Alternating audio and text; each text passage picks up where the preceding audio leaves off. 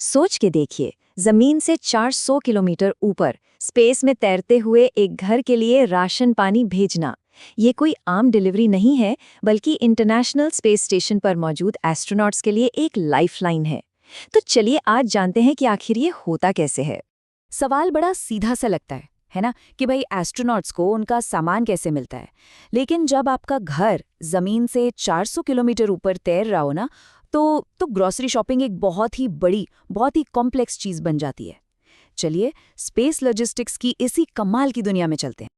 आप आईएसएस को ना आसमान में एक दूर दराज का आइलैंड समझ लीजिए, बिल्कुल अलग थलग। वहाँ जो एक्सपीडिशन 74 क्रू रह रहा है, उनके लिए हर एक चीज़, मतलब हवा जिससे वो सांस लेते हैं, पानी जो वो पीते हैं, खाना जो वो खाते हैं, सब कुछ यहाँ ज़मीन से ही भेजना पड़ता है। वो पूरी तरह से हम पर निर्भर है। तो चलिए इस सफ़र के पहले पड़ाव पर चलते हैं और समझते हैं कि आखिर ये रीसप्लाई मिशंस इतने इतने ज़रूरी क्यों हैं। देखिए, इन डिलीवरीज के बिना ऑर्बिट में लंबे समय तक इंसानों का रहना बिल्कुल नामुमकिन होगा। ये मिशन सिर्फ राशन पानी नहीं ले जाते, बल्कि ये स्पेस में जिंदगी और साइंस की जो लॉ है ना, उसे जलाए रखते हैं। तो अब बात करते हैं इस खास मिशन की। इसका नाम है प्रोग्रेस 95। ठीक है, तो इसकी डिटेल्स देखते हैं। स्पेसक्राफ्ट है रोस्कोमोस का प्रोग्रेस 95। इसे सोयूज रॉकेट पर लॉन्च किया गया, कजाकिस्तान के बैकोनूर कॉस्मोड्रोम से। लॉन्च का टाइम था 25 अप्रैल 2026 शाम के 6:21 EDT। और ये लॉन्च ना इंटरनेशनल कोलैबोरेशन का एक बेहतरीन नमूना है। और सबसे अच्छी खबर ये है कि लॉन्च बिल्कुल सफल रहा। प्रोग्रेस 95 स्पेसक्राफ्ट अब सेफ तरीके से ऑर्बिट में है और स्पेस स्टेशन की तरफ अपना सफर शुरू कर चुका है। तो आप फोकस करते हैं उस चीज पर जो इस स्पेसक्राफ्ट के अंदर है, यानी इस मिशन की असली वजह पर। लगभग 3 टन, सिर्फ ये एक नंबर इस डिलीवरी के विशाल पैमाने का अंदाजा दे देता है। सोच के देखिए, 3 टन, ये इतना सामान है कि एस्ट्रोनॉट्स आराम से महीनों तक वहां रह भी सकते हैं और काम भी कर सकते हैं। तो इस 3 टन के सामान में आखिर है क्या? इसमें एस्ट्रोनॉट्स के लिए खास तौर पर तैयार किया गया खाना है, स्टेशन को अपनी ऑर्बिट में बनाए रखने के लिए फ्यूल है, और हाँ, साइंटिफिक एक्सपेरिमेंट्स के लिए जरूरी सारे उपकरण भी हैं।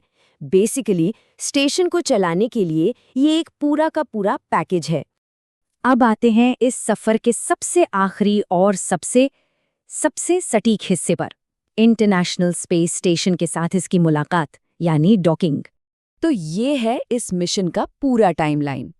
25 अप्रैल को लॉन्च होने के बाद स्पेसक्राफ्ट लगभग 2 दिन तक ऑर्बिट में सफर करता है, धीरे धीरे स्टेशन के नजदीक आता है और फिर 27 अप्रैल को रात 8 बजे डॉकिंग के लिए तैयार हो जाता है। अब इस मिशन का सबसे हैरान करने वाला हिस्सा आता है, ऑटोनॉमस डॉकिंग। इसका मतलब ये है कि प्रोग्रेस 95 स्पेसक्राफ्ट खुद ब खुद, बिना किसी इंसानी कंट्रोल के, अपने कंप्यूटर्स और सेंसर्स का इस्तेमाल करके स्टेशन से जुड़ेगा।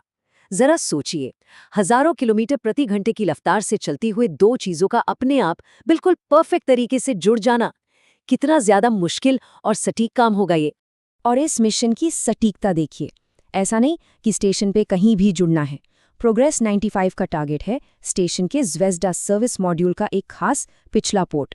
ये स्टेशन के रशियन हिस्से का मेन लिविंग क्वार्टर और कमांड सेंटर है। यहाँ गलती की कोई गुंजाइश ही नहीं होती। तो चलिए अब इस एक मिशन से थोड़ा आगे बढ़कर इसके बड़े महत्व पर गौर करते हैं।